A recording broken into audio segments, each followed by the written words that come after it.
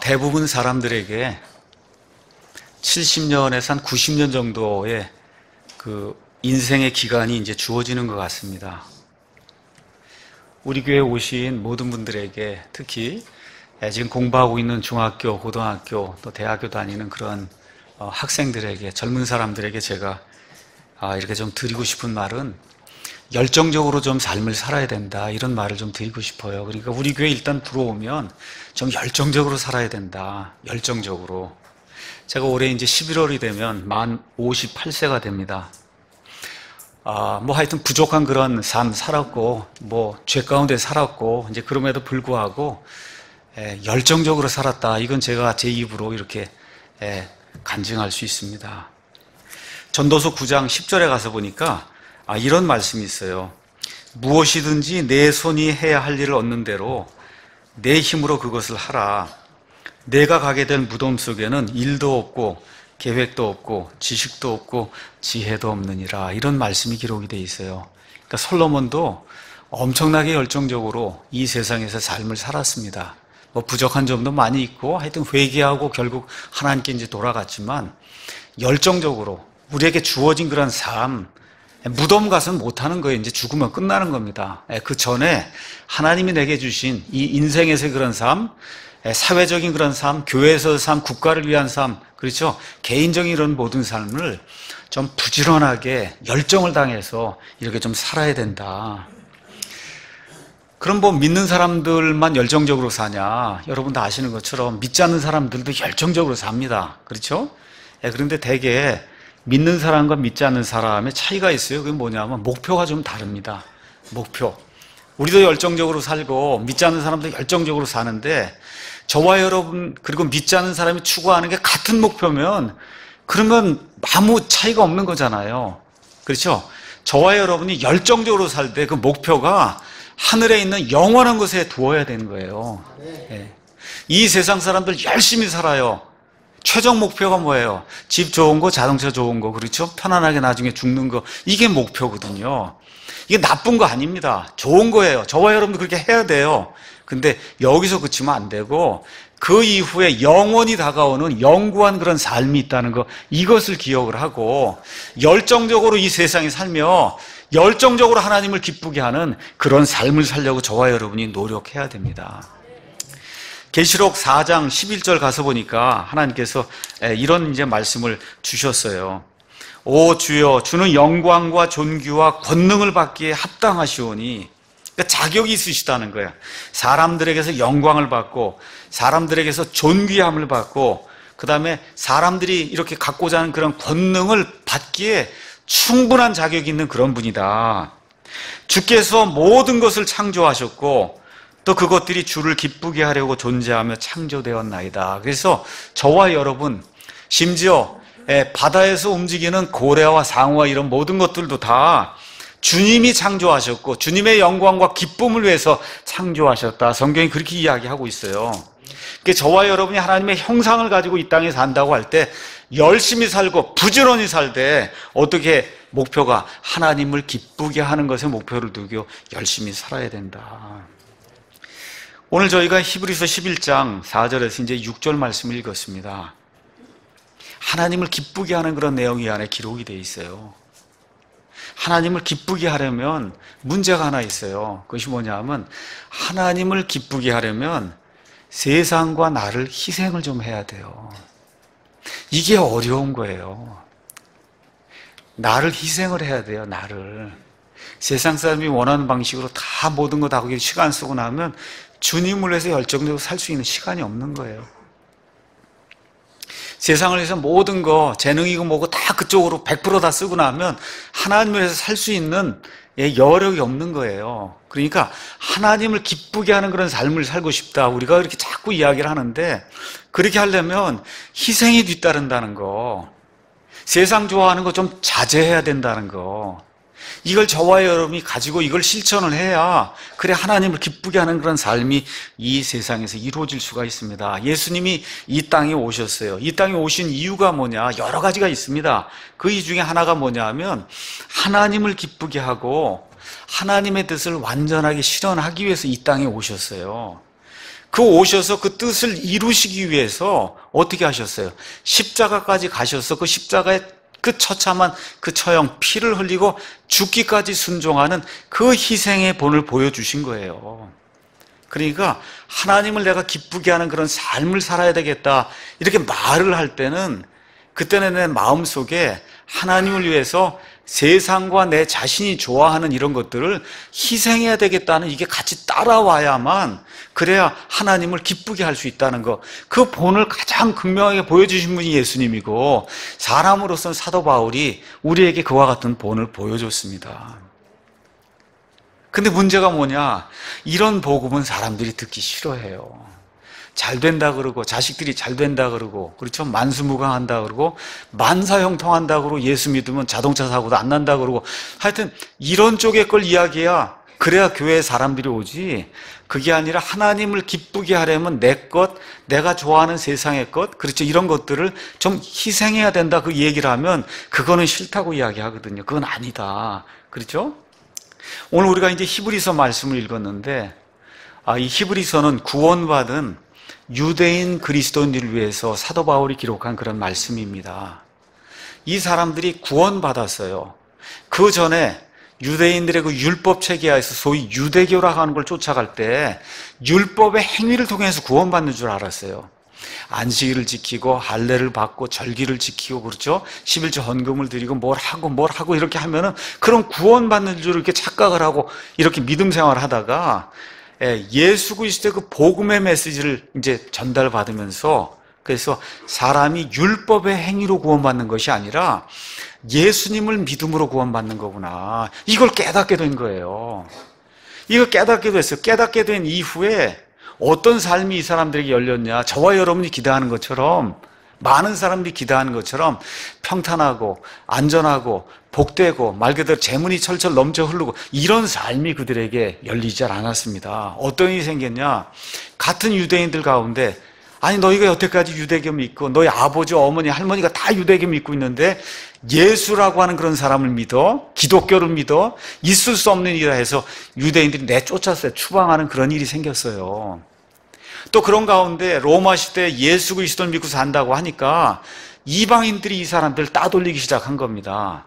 그래서 이 옆에 있는 히브리서 10장 가서 잠깐 보겠습니다. 32절 33절 가서 보니까 그러나 너희가 조명을 받은 뒤에, 구원받은 뒤에 고난의 큰 싸움을 견뎌냈던 이전의 날들 한번 회상해봐라. 한편으로는 너희가 비방과 고난으로 말미암아 구경거리가 되었고, 구경거리, 말 그대로 유대인들이 봤을 때도 이거 구경거리예요. 이거 도대체 여태까지 지금 1500년 동안 모세의 율법을 지키고 그렇죠, 세상의 선민이라고 하면서 살아왔는데 지금 뭐 예수라고 한 사람을 믿어? 그게 구경거리로 만든 거예요.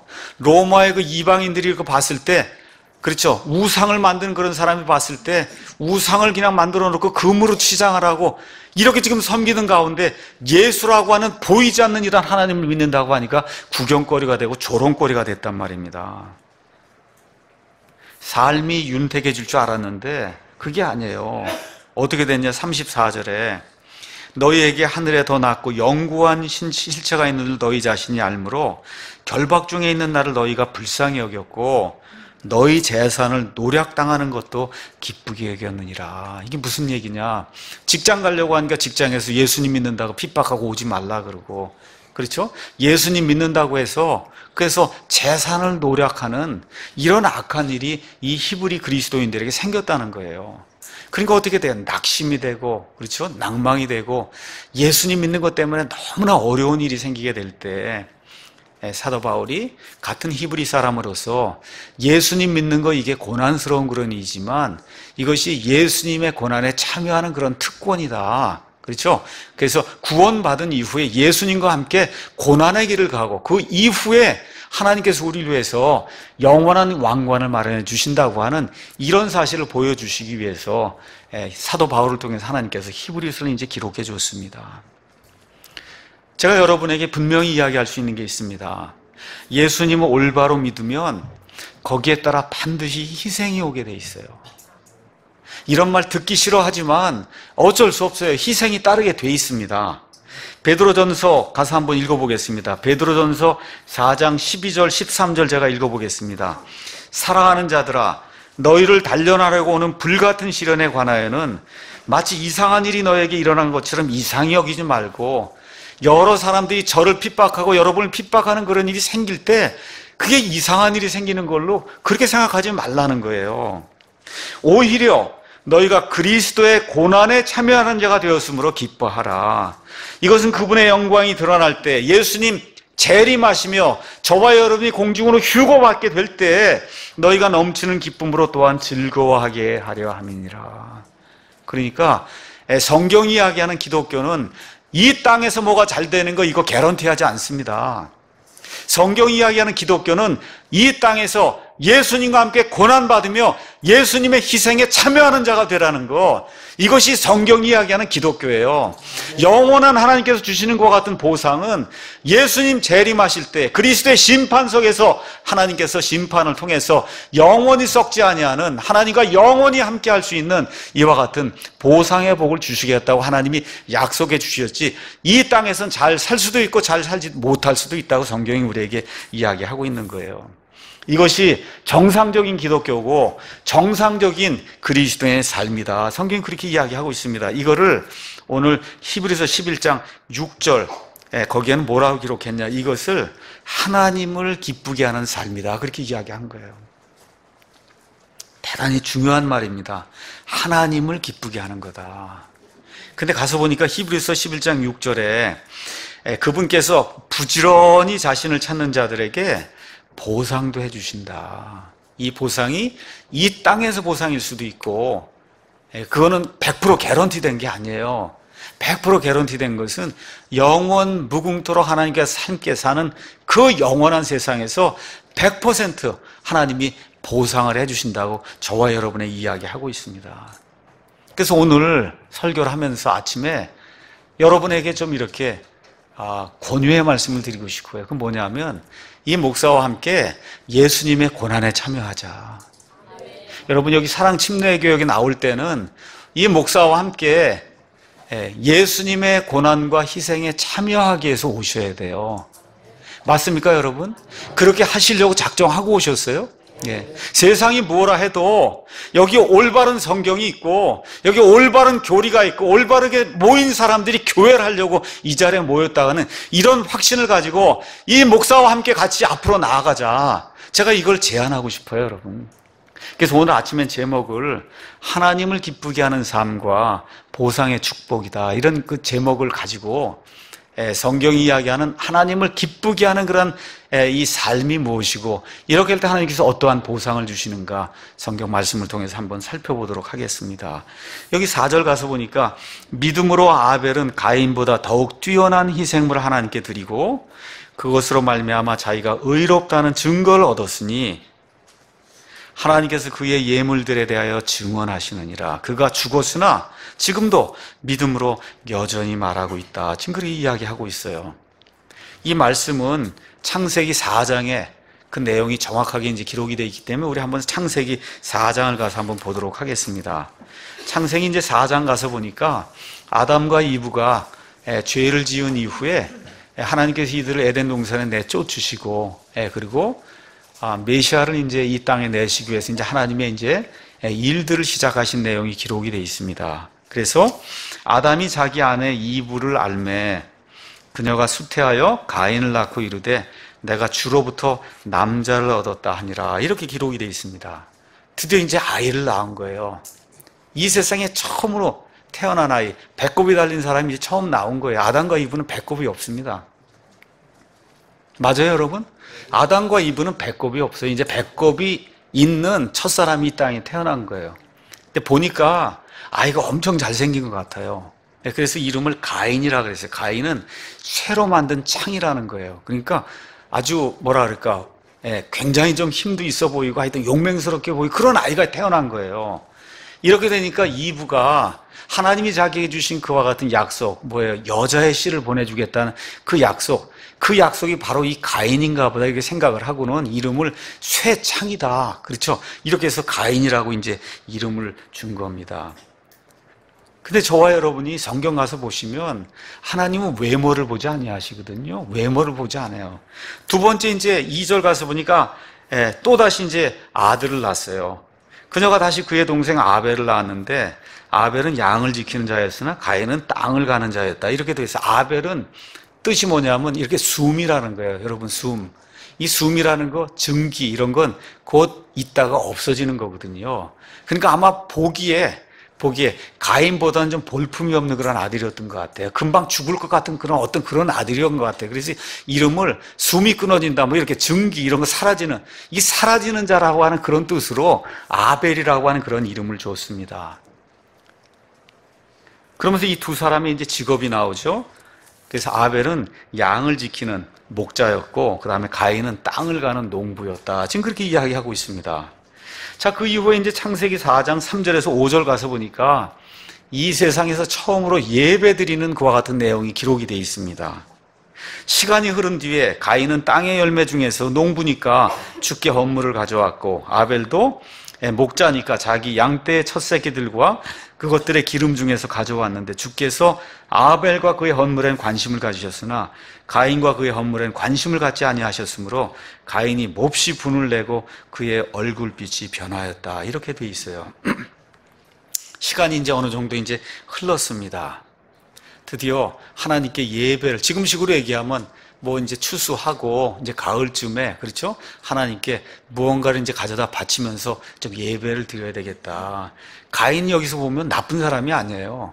그렇죠? 철저하게 자기가 이 농부로서 모든 거 다 거두고, 그렇죠? 하나님 앞에 갖다 바쳐야 된다는 것도 알고, 바쳐야 될 시간도 알고, 그렇죠? 그러니까 모든 거, 장소와 시간과 예물 다 아는 거예요. 근데 문제가 뭐냐? 자기 방식대로 갖다 바친 거예요. 자기 방식대로. 하나님이 원하는 게 아니라 자기 방식대로 가져다가 자기가 원하는 식으로 하나님께 예배를 드린 거예요. 그래서 성경은 유다서 11절에 이거를 가인의 길이다, 그렇게 이야기합니다. 저와 여러분이 꼭 기억해야 돼요.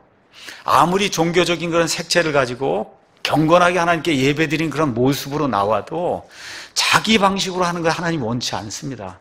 자기 방식으로 하는 거. 굉장한 종교인이에요. 보기에 굉장히 좋았어요. 하는 일 아주 깔끔하고 단정하고 모든 게 좋았습니다. 그런데 자기 방식으로 하는 거 하나님 원치 않습니다.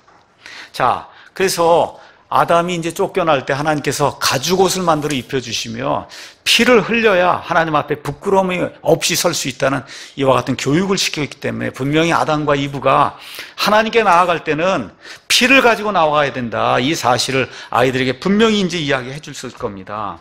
하나님이 원하는 것 성경이 분명히 이야기하고 있어요. 히브리서 9장 22절에 피 흘림이 없음즉 죄들의 사면이 없다. 그렇게 분명히 이야기해 주시고, 출애굽기 12장 13절에 피가 있어서 피를 뿌려서, 그렇죠?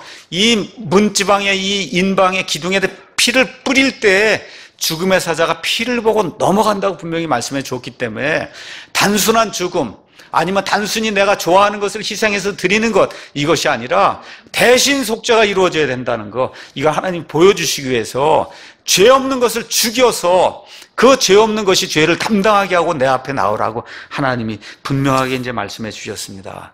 이걸 정확하게 깨닫고 아벨은 여기 있는 것처럼 기름을 가지고 왔다. 첫 새끼들 죽이려고, 피를 흘리려고, 그렇죠? 기름을 여러분 어떻게 해야 기름이 나와요? 죽여야 기름이 나오는 거 아닙니까? 그래서 하나님이 원하시는 이 바른 것을 가지고 하나님 앞에 나왔어요. 그랬더니 하나님이 즉각 아벨의 것에는 관심을 가지고 아벨의 것은 받아주시고, 하나님이 즉각 아벨의 것은 받지 아니하시고 물리치는 그런 일이 생기게 된 거예요. 그래서 여기 가서 보니까 히브리서 11장 4절에 왜 이런 일이 생겼냐? 믿음으로 아벨은 했다는 거예요. 가인은 어떻게 해요? 자기 생각대로 하고. 믿음으로 아벨은 하나님이 피를 원한다는 거, 그렇죠? 대신 속죄를 원한다는 거, 이 믿음을 가지고 하나님이 기뻐하시는 그런 일을 했다고 성경이 이야기하고 있는 겁니다. 그래서 가인과 아벨의 차이가 뭐냐? 둘 다 예배 드리러 나온 겁니다. 둘 다 하나님께 예배 드리겠다고 나온 거예요. 가인도 열심히 준비해서 자기가 번 것 중에 일부를 가지고 하나님 앞에 나온 거예요. 둘 다 희생물 가지고 나온 겁니다. 차이가 뭐냐? 한 사람은 믿음으로 행했고 한 사람은 믿음이 아니라 자기 생각대로 행했다고 성경이 우리에게 이야기하고 있는 거예요. 그래서 자기 생각대로 행한 건 하나님이 즉시 물리치시고 하나님이 원하는 믿음대로 행한 것 즉시 하나님이 받아주셨다. 다시 말씀드려, 저와 여러분이 믿음이 있으면 하나님이 원하시는 방법대로 분명하게 예배를 드릴 수 있다고 성경이 이야기하고 있는 겁니다. 우리 예수님께서 이 땅에 오셨을 때 유대인들이 계속해서 하나님 앞에 나와서 예물을 드렸어요. 그렇죠? 하나님 앞에 11조를 드렸습니다. 하나님 앞에 드려야 될 것과 같은 여러 가지 것들을 절기를 따라가면서 하나님 앞에 드렸습니다. 근데 예수님께서 무엇라고 말씀하시느냐? 요한복음 4장에 이렇게 말씀하세요. 22절에 너희는 너희가 알지 못하는 것에 경배하고 가인처럼 알지 못하는 것에 경배한다는 겁니다. 그런데 우리 유대인들 가운데 구원받은 우리는 우리가 경배하는 것을 아노니 이는 구원이 유대인에게서 나기 때문이라 이야기하면서, 그러나 참되게 경배하는 자들이 영과 진리로 영 안에서 진리 안에서 아버지께 경배할 때가 오나니 곧 지금이다. 내가 그 일을 하기 위해 이 땅에 왔다. 이는 아버지께서 자기에게 그렇게 경배하는 자들을 찾는다. 영과 진리 안에서 그렇게 경배하는 자들을 하나님이 찾는다는 거예요. 하나님은 영이시니 그분께 경배하는 자들이 반드시 must, 영어로 그렇게 되어 있어요. You must, 영과 진리로 그분께 경배할지니라. 저와 여러분이 종교적인 색채를 띠고 무슨 단정한 옷을 입고 여러 가지 희생물을 가지고 온다 해도 하나님이 원하는 영과 진리로 그렇게 드리는 예배가 아니면 그 예배가 아무리 훌륭하고 멋있고 고상해 보여도 하나님께서 받지 않는다는 거예요. 다시 한번 말씀드릴게요. 사람 눈에 보기에 가인의 것 보기에 좋았습니다. 단정해 보였어요. 세련돼 보였어요. 그렇죠? 훌륭한 그런 종교인이었습니다. 근데 뭐가 없어요? 피가 없는 거예요. 여러분, 피가 없는 겁니다. 예수님 단번 속죄에 대한 그런 믿음이 없으면 아무 소용이 없다고 성경이 우리에게 이야기하는 거예요. 아벨의 희생물은 보기에 지저분했어요. 여러분, 기름을 띄어오고 피를 흘리고 여러분 그거 지저분한 겁니다. 보기에. 그렇죠? 그런데 그 안에 예수님의 피가 흐르게 될 때 하나님이 오케이 하고 직접 받아주셨다고 성경이 우리에게 이야기하는 겁니다. 그래서 그 결과가 또 뭐로 나타났냐? 가인이 회개를 하고 하나님께 돌이키는 게 아니라 하나님이 자기 건 물리치고 자기 동생 건 받아주니까 어떻게 해요? 곧바로 화가 나서 동생을 죽이는 일이 생겼다고 창세기 4장 8절이 우리에게 이야기하고 있는 거예요. 근데 성경이 뭐라고 얘기했냐?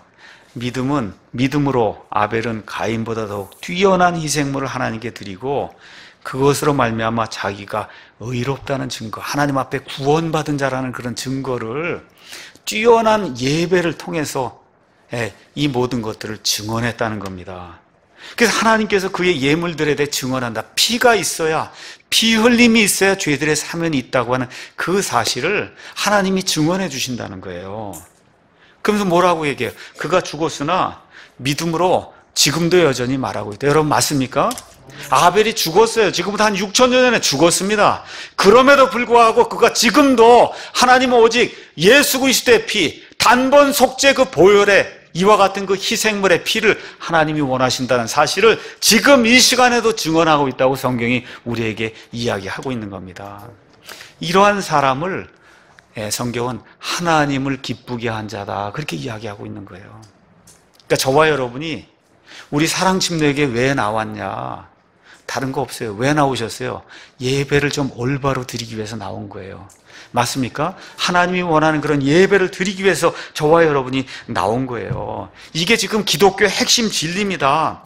세상 사람들의 눈에는 어리석게 보일 수 있어요. 그럼에도 불구하고 우리 가운데 뛰어난 사람이 없습니다. 뭐 놀랍게 뭐 할 수 있는 사람이 없어요. 다 평범한 사람이에요. 보잘것없는 사람입니다. 그럼에도 불구하고 아벨처럼 예수님 십자가에서 흘려주신 그 피, 오직 그것만이 나를 구원할 수 있습니다 하는 단순한 믿음을 가지고 오늘 하나님 앞에 나오게 될 때 하나님이 그 예배를 받아주신다고 성경이 우리에게 이야기하고 있는 거예요. 그래서 다시 한번 우리가 왜 이 자리에 나왔는가? 첫 번째, 영과 진리로 예배하고 싶어서 나온 거예요. 맞습니까, 여러분? 맞습니까? 예수님이 세워주신 참된 신약교회, 이 신약교회를 우리 손으로 한번 구현해 보고 싶어서 여기 사랑침례교회 나온 거 맞습니까, 여러분? 예. 세상을 향해서 구원의 메시지 올바로 전달하기 위해서 이 교회로 저와 여러분이 모인 거예요. 맞습니까? 또 무엇이 있어요? 이 예수님의 말씀에 따라 구원 받은 것은 끝이 아니라 예수님 우리 부르실 때까지 이 땅에서 예수님의 장성한 분량에까지 우리가 이르기에 거룩한 그런 성도의 삶을 살기 위해서 이 자리에 모인 겁니다. 맞습니까, 여러분? 마지막으로 예수님 재림하는 것이 늦춰지게 될 때는 우리 성도들 아이들에게 또 주변에 있는 그런 남아있는 그런 사람들에게 예수님이 원하시는 이런 올바른 교회가 있다는 거, 그래서 이 교회를 이 땅에 유산으로 남겨주기 위해서 이 자리에 모인 겁니다, 여러분. 이것이 우리 사람 침례에 존재하는 그런 이유예요. 이걸 정확하게 이해를 하고, 그래서 하나님을 기쁘게 하려고 할 때 희생이 따르려고 하는 거, 이거를 기억하고 그 희생을 기쁨으로 감당할 수 있는 저와 여러분이 되기를 예수님의 이름으로 축원합니다. 두 번째는 5절에 에녹이라는 사람의 이야기가 나옵니다. 믿음으로 에녹은 옮겨져서 죽음을 보지 아니하였으니 하나님께서 그를 옮기셨으므로 그들이 찾지 못하였다. 이 옮긴다는 거 아주 translate, 우리 번역한다는 거 똑같은 뜻이에요. 옮겨졌다. 그는 옮겨지기 전에 translation, 여기 땅에서 저쪽 하늘로 옮겨지기 전에 하나님을 기쁘게 하였다는 이 증언을 가졌다. 지금 그렇게 이야기하고 있습니다. 우리 한번 다시 창세기로 넘어가겠습니다. 창세기 5장에 가서 보시면 이 에녹 이야기가 나오는데, 에녹은 뜻이 뭐냐 하면 새롭게 시작한다, 그런 뜻이에요. 새롭게 시작한다. 근데 에녹에 대해서는 성경이 몇 줄뿐이 이야기를 하지 않습니다. 한번 가서 5장에 나와 있는 말씀 한번 이렇게 보도록 하겠습니다. 5장은 뭘 이야기하는 거냐 하면, 이제 아담과 이브가 죄를 지은 이후에 이제 가인과 아벨 이야기가 이제 나오면서 종교인과 하나님을 믿음으로 나아가는 이와 같은 그 복음을 가진 그런 사람의 그 두 종류 이제 이야기가 끝난 다음에 전체적으로 아담의 후예는 어떻게 되는가를 보여주는 이 내용이 5절에 기록이 돼 있어요. 그래서 5절 가서 보니까 원래 아담은 하나님의 형상으로 창조가 됐는데 그 형상의 일부가 이제 파괴가 되면서 아담 이후에 태어난 그런 모든 사람은 아담의 형상으로 태어난다. 이걸 지금 쭉 이렇게 보여주면서 5절에 가서 보니까 아담이 죽었다. 이렇게 이제 기록이 되어 있어요. 8절에 가서 보니까 아담의 아들 셋이 죽었다. 11절에 가서 보니까 셋의 아들 에노스가 죽었다. 14절에 가서 보니까 게난이 죽었다. 그렇죠? 17절에 가서 보니까 마할레렐이 죽었다. 그럼 뭐예요? 아담의 후예로 태어나면 죽는다는 거예요. 그 죽는다는 이야기를 지금 적고 있는 거예요. 이 5장의 핵심 내용은 뭐냐? 첫사람 아담의 형상으로 태어난 모든 사람은 죽는다는 거예요. 이런 가운데 에녹이 지금 등장을 하는 거예요. 아담부터 시작해서 7번째 사람 지금 에녹이 등장하는데, 에녹의 이름의 뜻이 뭐냐? 새롭게 시작한다는 거예요. 새롭게 시작을 한다. 그래서 죽고 하다가 새롭게 시작된 사람이 하나 나타났다는 거예요. 그게 에녹이다. 거기 가서 보니까 21절에 에녹은 65년을 살며 무드셀라를 낳았고, 무드셀라를 낳은 뒤 300년 동안 하나님께 걸으며 아들, 딸들을 낳았다. 그러니까 총 몇 살을 살았냐? 365살. 그러니까 뭐 너무 쉬운 거예요. 1년이 365일이니까 365년을 산 사람이에요, 이 사람은. 그 당시 평균 수명이 950세 정도 했는데 350년을 살았어요. 에녹이 하나님과 함께 걷더니 하나님께서 그를 데려가심으로 그가 잊지 아니하더니. 그러니까 에녹 이야기는 21, 22, 23, 24 4절뿐이 없어요. 성경 전체 에녹 이야기는 4절뿐이 없는 거예요. 4절. 그렇죠? 근데 하나님이 어떻게 했다고 그래요? 그의 이름처럼 죽고 하는 이런 가운데 하나님 그의 이름처럼 새롭게 일을 시작하셨다는 거예요. 그 새롭게 일 시작한 게 뭐예요? 휴거란 말이에요, 여러분. 하늘로 채워 올라간 거예요, 하나님이. 다 죽고 하는 가운데 하나님이 죽지 않는 일이 발생할 수 있다고 하는 거, 그 일은 하나님과 함께 걷는 사람에게 일어난다는 거, 이거를 보여주시기 위해서 땅에서 하늘로 직접 하나님이 옮겨놓은 그런 사람이 에녹이다. 성경이 그렇게 이야기하고 있는 거예요. 근데 기억해야 될 게 있어요. 에녹이 산속에 들어가서 돌을 닦은 게 아니에요. 어떻게 하면서 하나님과 함께 걸었냐? 거기 가서 보니까 에녹이 22절 가서 300년 동안 하나님과 함께 걸으며 아들, 딸을 낳았다. 이게 무슨 얘기예요? 건강한 가정생활을 하면서 하나님과 동행했다는 거예요. 여러분, 산속에 들어가서 돛 닦은 게 아니고 건강하게 가정생활 하면서 아이들 낳고, 그렇죠, 사회생활 하면서, 그렇죠, 그러면 어떻게 늘 하나님과 함께 동행하는 그런 삶을 살게 될 때 하나님이 들어 올렸다는 거예요. 여러분, 예수님 재림하시는 거 확신하십니까?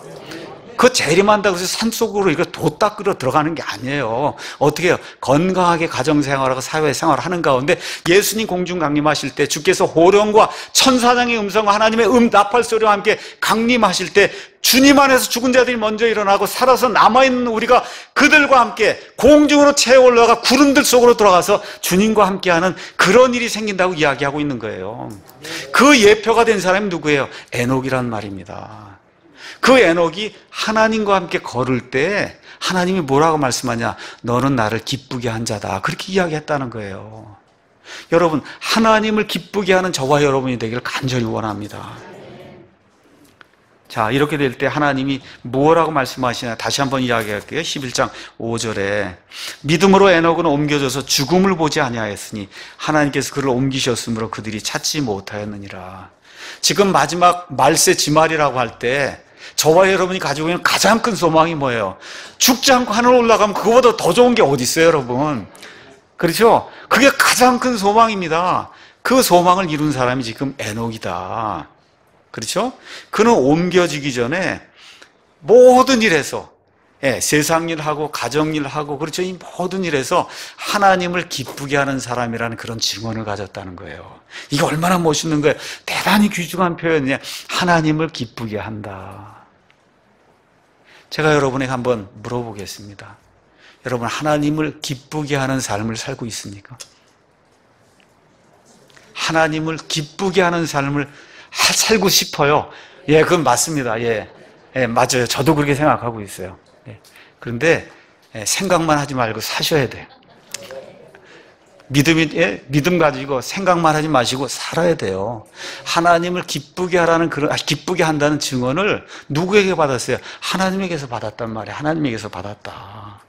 다시 말씀드려, 인간의 창조 목적이 무엇인가를 정확히 이해하고 그 창조 목적에 따라 하나님께 영광을 돌리고 하나님께 존귀를 돌리며 하나님께 권능을 돌리는 그와 같은 삶을 철저하게 산 사람이, 순종하며 산 사람이 에녹이다. 성경이 그렇게 이야기하고 있습니다. 그러면서 그러면 어떻게 하나님을 기쁘게 할 수 있느냐? 6절에 어떻게 했어요? 믿음이 없이는, 그런데 믿음이 없이는 하나님을 기쁘게 하지 못한다. 기억하셔야 돼요. 믿음이 없이는 하나님을 기쁘게 못한다는 거. 그 이후에 누가 나와요? 그 이후에 노아가 나오고, 그 이후에 아브라함이 나오고, 사라가 나오고, 요셉이 나오고, 모세가 나오고, 다윗이 나오고 등등 해서 구약시대에 믿음으로 살았던 그런 사람들이 이야기가 쭉 나열되어 나오는 거예요. 다 어떻게 살았냐? 믿음으로 살아 하나님께 기쁨을 주었던 그런 사람이라고 지금 성경이 표현하고 있는 겁니다. 믿음으로 살아야 기쁨이 된다, 하나님의. 여러분, 믿음으로 살아야 하나님의 기쁨이 될 수 있다는 거예요. 기억해야 됩니다. 그 이야기 하면서 믿음에 두 가지가 있다. 두 가지. 그 요소에 하나는, 첫 번째, 하나님께 가는 자는, 하나님께 나오는 자는 첫째, 하나님이 계신다는 것, 이걸 믿어야 된다는 거예요. 여러분 믿으십니까? 하나님이 계신다는 거, 원숭이에서 사람 났다 이런 거, 이거 있을 수 없는 거예요. 그런 거 믿고 구원받을 수 없습니다, 여러분. 하나님이 나를 창조하셨기 때문에 나는 하나님의 영광과 존귀에 존재하는 그런 자라고 하는 그런 확신을 가지고, 그래서 믿음을 가지고 하나님을 기쁘게 하는 그런 사람이 돼야 되겠다고 작심하는 그런 믿음을 가져야 하나님을 기쁘게 하는 사람이 될 수 있다. 성경이 이야기하고 있는 겁니다.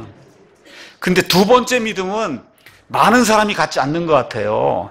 두 번째 믿음이 있어요. 그건 뭐냐 하면, 하나님께서 자기에게 오는 자들에게 주시는 그런, 뭐라고 되어 있냐, 그분께서 부지런히 자기를 찾는 자들에게 보상해 주시는 그런 분이라는 사실을 믿어야 된다는 거예요, 여러분. 저도 이 믿음이 좀 약합니다. 약해요. 그냥 하나님 좋아서 그냥 열심히 살지 이거 꼭 바라고 하진 않아요. 그럼에도 불구하고 하나님이 해주실 줄로 믿습니다. 가서 보니까 하나님이 공정한 분이라는 거예요. 하나님 공정하다. 부지런히 하나님을 찾으면 하나님이 보상해 준다는 거예요. 믿음이 없는 대다수 사람들, 어떻게 해요? 부지런히커녕 어떻게 찾지도 않습니다. 그렇죠? 밖에 있는 모든 사람들 부지런히가 뭐예요? 아예 찾지도 않아요. 왜 그래요? 세상이 너무 좋은 거예요. 자동차가 너무 좋고 그냥 스마트폰이 나오면 너무 좋고, 그렇죠? 뭐가 나오면 너무 좋고 그냥 거기에 정신이 없어요. 뭐 이태리 가서 뭐 여행하니까 너무 좋고 뭐가 좋고 그냥 그게 좋은 거예요. 왜 그러냐? 마귀가 그 사람들을 세뇌를 시켜서 나는 어디에서 와서 이 땅에서 왜 살고 어디로 가는가를 생각해 볼 수 있는 여유가 없는 겁니다. 불쌍한 거예요. 그렇죠. 그리고 어떻게 해요? 죽으면 끝이다. 이렇게 사는 겁니다. 그 짐승하고 똑같은 그러한 삶을 살 수밖에 없는 거거든요. 인간이 불멸의 존재라는 사실을 하나님께서 양심을 통해서 우주공간에 이와 같은 하늘에 이른 모든 우주공간의 천체들을 하나님이 보여주셨음에도 불구하고 너무나 많은 사람들이 그 사실을 잊어버려 하나님이 계신다는 사실을 잊어버리고 하나님을 부지런히 찾기는커녕 아예 찾지도 않는 그러한 안타까운 그런 삶을 살고 있다. 자, 그 다음에 이제 믿음 있는 사람들의 두 종류가 있어요. 하나는 대충 찾는 사람이 있어요. 대충 찾는 사람이 있고 부지런히 찾는 사람이 있는데 하나님이 누구에게 보상해 주신다 그래요? 부지런히 찾는 사람에게 보상해 준다는 거예요. 대충 찾으면 보상이 없다는 겁니다, 여러분. 제가 여러분에게 정확히 말씀드릴 수 있어요. 정확하게 구원받아서 예수님의 생명이 정확하게 들어가면 하나님을 대충 찾을 수 없습니다, 여러분. 여러분 믿으셔야 돼요. 예수님의 생명이 정확하게 들어가면 하나님을 대충 찾을 수 없습니다, 여러분. 하나님을 대충 찾는다, 내가 그렇게 이야기가 되면 한번 내가 정말 구원받은 사람인가 아닌가를 다시 한번 좀 확인 한번 해보셔야 돼요. 전력으로 찾게 됩니다. 전력으로 희생하며 찾게 됩니다. 대충이란 말이 구원받은 사람에게 사실 합당치 않은 거예요. 하나님께서 부지런히 자기를 찾는 자들에게 보상해 주는 그런 분이라는 사실을 믿어야 된다. 그래서 우리 교회 모든 성도들, 또 성경을 사랑하는 그런 모든 성도들, 구원받은 그런 모든 성도들, 예수님의 영이 들어간 그런 모든 성도들, 부지런히 하나님을 찾고 하나님을 위해 희생하며 하나님을 위해 섬기는 그런 아름다운 성도들이 되기를 예수님의 이름으로 축원합니다. 저기 가서 보니까 하나님이 보상을 해준다 그러는 거예요. 보상. 자, 보상 이야기가 나오니까 또 이상하게 생각하는 사람이 있어요. 하나님은 다 사랑이기 때문에 누구에게나 다 공평하게 똑같이 보상해 준다. 이런 공산주의적인, 사회주의적인 이러한 그 생각을 가진 그런 분들이 있어요. 그 하나님 생각과 완전히 다른 겁니다. 하나님은 의로운 분이에요. 여러분, 의롭다고 하는 건 뭐예요? 많이 수고하면 많은 보상을 주고, 그렇죠? 대충 수고하면 대충 보상을 주고, 이게 의로운 거잖아요, 여러분. 맞습니까? 이 사회도 그렇게 돌아가는 거예요. 열심히 일하면 어떻게 많이 벌게 돼 있는 거고, 그렇죠? 열심히 일 안 하고 배짱이처럼 놀면 못 벌게 돼 있는 거예요. 이게 의로운 거예요. 우리 하나님은 공산주의식의 그런 하나님 아닙니다. 사회주의식의 그런 하나님 아니에요. 열심히 수고하고 주님을 희생한 사람에게 많이 보상해 주시고 대충 믿은 사람에게 대충 보상해 주시는 그러한 공정한 그런 하나님이세요. 구원받기 전에 우리의 행위는 누덕입니다. 왜 그래요? 그건 우리 힘으로 한 거예요. 근데 구원받으면 누가 들어오세요? 우리 안에 예수님이 들어와서 예수님이 원하는 예수님의 생명에서 나온 예수님의 삶이 나오기 때문에 그 삶은 하나님 보실 때 합당한 것으로 보시는 거예요. 이 합당한 일이 많게 될 때 어떻게 하나님이 그 합당하게 보상해 주시는 겁니다. 고린도전서 말씀을 가서 제가 읽어보겠습니다. 고린도전서 9장에 가서 보니까 이렇게 기록이 돼 있어요.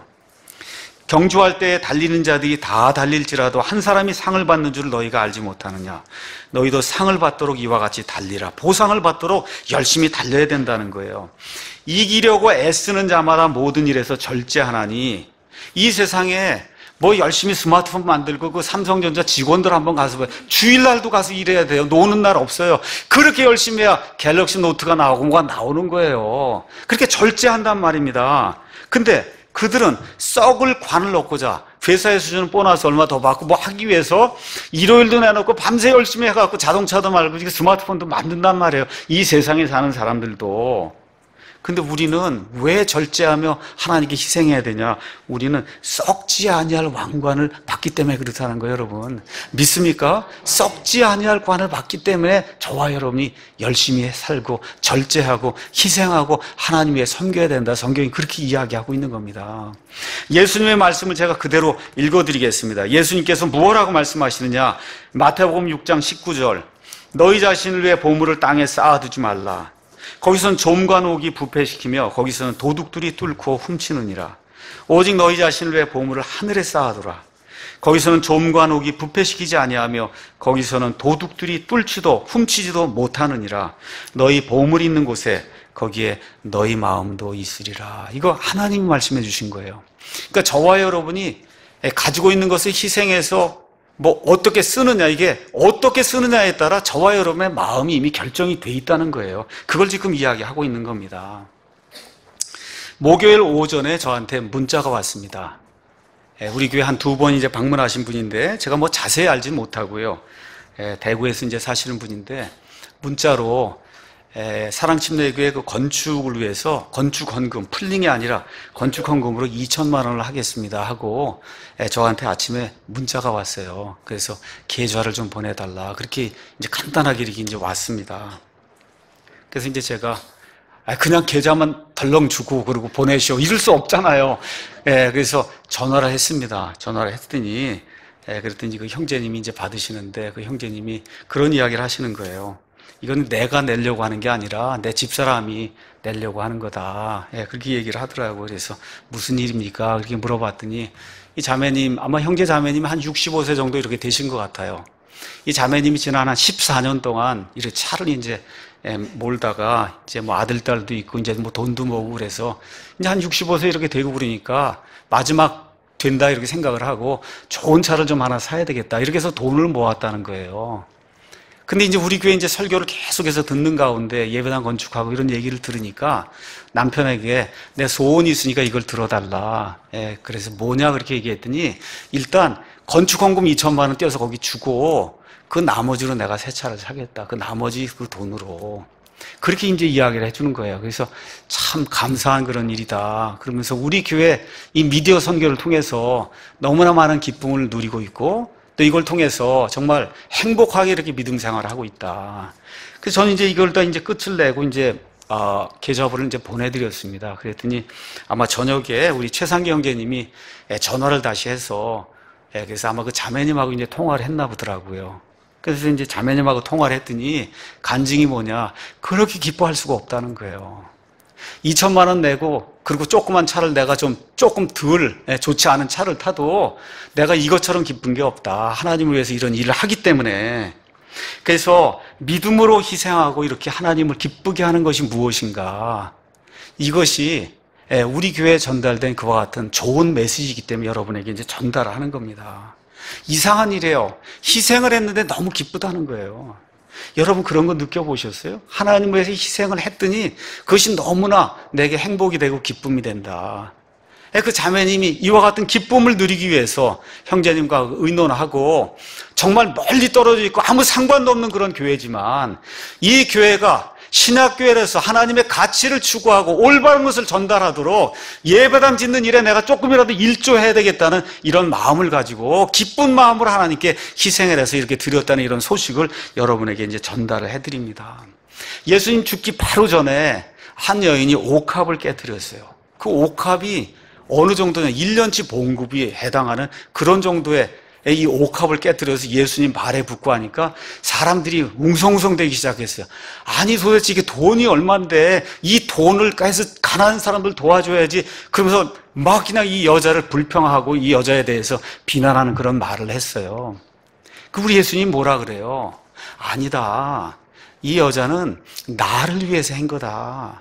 가난한 자는 항상 너희와 함께 있지만, 그렇죠? 나는 너희와 항상 함께 있지 않다 하고 예수님이 그 희생의 예물을 받으시면서 마지막으로도 뭐라 그래요? 이 복음이 전달되는 모든 것에서 이 여인이 행한 그 일, 그것도 말을 해서 이 여인을 기념하게 해라. 제가 그래서 이야기한 겁니다. 여러분, 기억하셔야 돼요. 하나님을 위해 헌신하고 희생해야 할 때 헌신하고 희생하는 게 믿음이에요, 여러분. 제가 우리 성도들에게 부탁하는 게 그거예요. 해야 할 때 하는 게 믿음이다. 해야 할 때 하는 게 믿음이에요. 헌신해야 될 때, 마땅히 희생해야 될 때 할 수 있는 게 그게 믿음이에요. 그 믿음이 첫 번째 누구를 기쁘게 하냐? 하나님을 기쁘게 하는 거예요. 이 여인처럼 여같이 건축 헌금했다고 하는 거 할 때, 지난 얼마 동안 굉장히 힘든 그런 삶을 살고 있었지만 그래도 이 메시지를 통해서 은혜 받고 있는 그런 사람이 있구나 하니까 이 목회자에게 기쁨이 되는 거예요. 제가 오늘 이 말씀을 전달했더니 우리 성도들에게 기쁨이 되지 않습니까? 또 이 말씀을 듣는 많은 사람들에게 기쁨이 되지 않습니까? 그래서 본인에게도 기쁨이 되고 하나님의 기쁨이 되고 목회자에게 기쁨이 되고 성도들에게 기쁨이 되고 그래서 결국 뭐예요? 하나님께 보상을 받는 이와 같은 기쁨이 될 수 있다. 성경이 우리에게 이야기해 주는 겁니다. 저는 보상해 줄 수가 없어요. 한 가지 확실한 것은 여기 뭐라 그래요?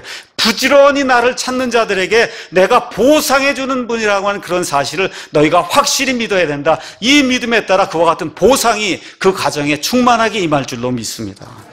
결론의 말씀 드리겠습니다. 첫 번째, 믿음이 올바르고 예수님에 대한 확신이 정확하게 들면 첫 번째, 예배를 좀 바르게 드리고 싶다고 하는 마음이 솟아날 수밖에 없어요. 영과 진리로 분명하게 예수님께 예배를 드려야 되겠다. 예배당이 화려하지 않아도 좋습니다. 그렇죠? 의식이 화려하지 않아도 좋아요. 그 안에 성령님의 교통이 있고 그 안에 전달되는 그런 메시지가 진리의 메시지가 전달되는 사람이 많이 모이지 않아도 좋습니다. 그럼에도 불구하고 같은 그런 심령을 가지고 하나님을 추구하는 그런 사람들과 함께해서 예배를 드려야 되겠다는 그런 마음이 아벨과 같은 그런 마음이 생길 때 하나님이 기뻐하신다. 성경이 그렇게 이야기하고 있는 거예요. 여러분, 그런 마음으로 우리 교회에 오고 계십니까? 올바르게 예배 드리고 싶어서 우리 교회에 오고 계세요? 두 번째, 믿음이 있으면 하나님과 동행한다는 거예요. 여러분, 하나님과 동행한다는 거 우리 일상생활에서 동행 맞습니다. 그것뿐만 아니라 올바로 믿음이 들어가면 그럼 어때?